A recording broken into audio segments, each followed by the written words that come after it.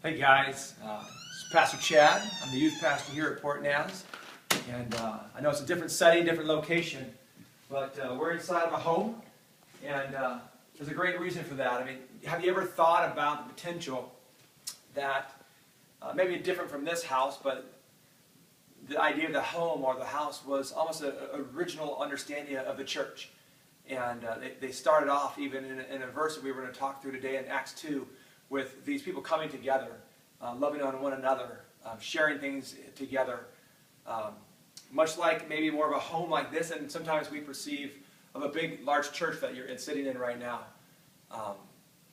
The church was always about the people and coming together, and there's a phrase that upward, and I know Pastor Mike would love for you to learn, and that phrase is doing life together, and learning how the idea of the Christian walk is never to be alone or something to do by yourself, but is to be something that we do together and learn how to walk through the mess of life at times, to walk through the struggles, the joys, and sometimes we see the church more as a place we come and go, maybe a Sunday morning or a Wednesday or a Saturday or an upward basketball league or a practice where we bring our kid or ourselves and we go home.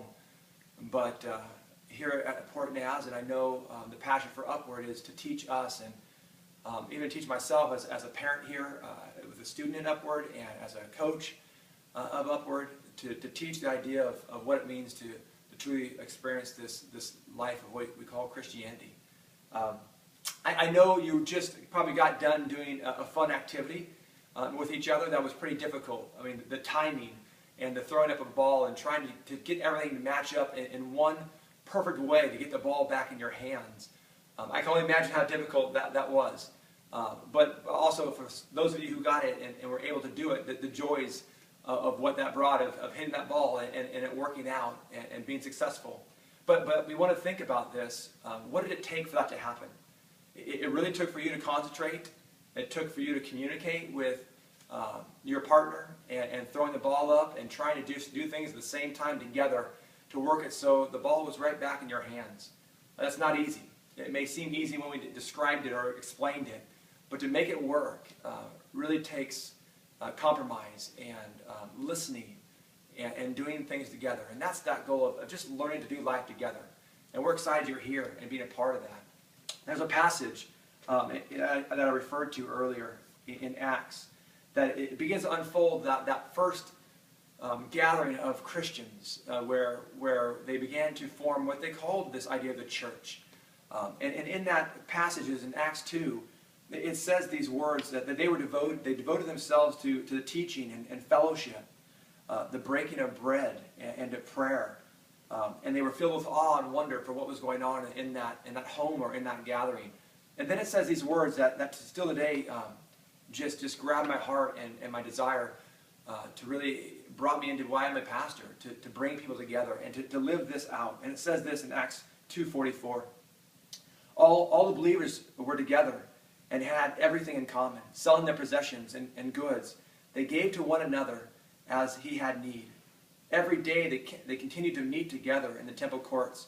They broke bread together in their homes and ate together with glad and sincere hearts, praising God and enjoying the favor of all the people. That was the reality of what God's model of his people were to be. A group of people coming together, eating together, loving each other, seeing each other's needs. Now, I joked around with many different people. That doesn't mean you need a brand new red shiny car or a new Xbox or a new PlayStation that you just ask everybody to fund that for you. But it does mean that when you're hurting or you have maybe a mechanical problem with your car or whatever it may be, that we could come together. Whether it be an issue in your life, in your family, job situations, whatever it may be, that the church would always be there to come together, to be that model of God's love and compassion to his people. And then the very end, there's this one verse at the end of Acts 2:47 that says, "And the Lord added to their number daily those who were being saved." I honestly believe the reason that the Lord added to their number was because they lived out a genuine understanding of care and compassion and love for one another. That wasn't birthed just out of just loving one another. I believe it was birthed out of loving God.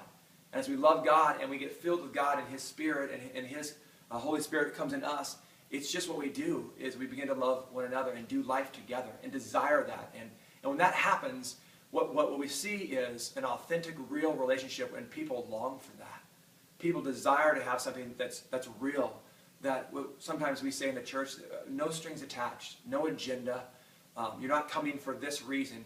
You're coming because we want to love, and you want to be loved, and out of that love, you begin to love others. Maybe a story to end with. Imagine I work here, and I'm leaving my home, and I'm going to get in my car and drive home.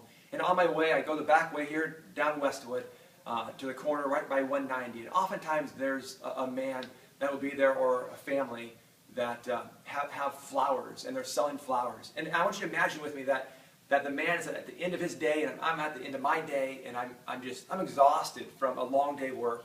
And he looks at me and says, here's these flowers, I got to go home.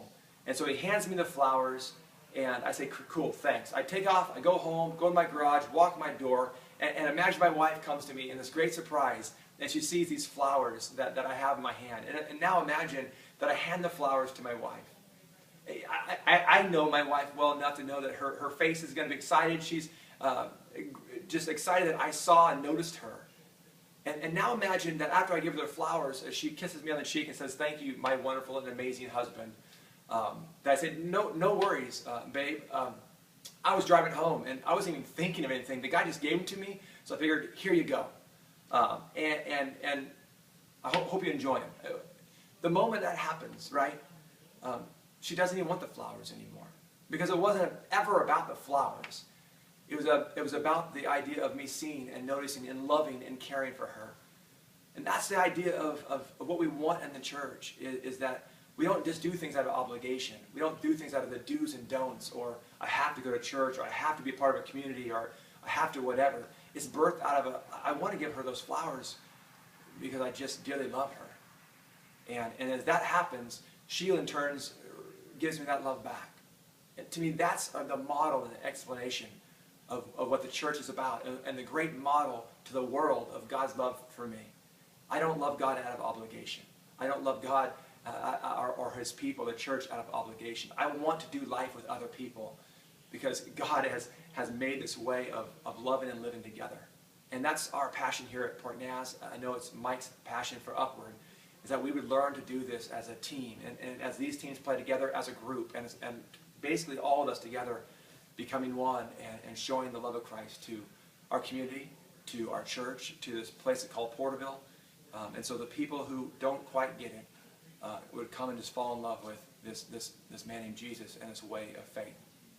So may we be a people that sincerely think about what this walk of God means. If today you're sitting there and you're unsure, you're just questioning the idea of what this whole faith thing means, and you just brought your kid for basketball, I hope that we can be an example to you as well, that there's no agenda and strings attached for you being here. You're loved and you care for, because God has loved me so much that just wants to pour out of me to you and your family. So God bless you as we think through the rest of this day, and enjoy trying to practice this wonderful game called basketball. Maybe go home and try that drill together. As we work together, great things can happen. God bless you today.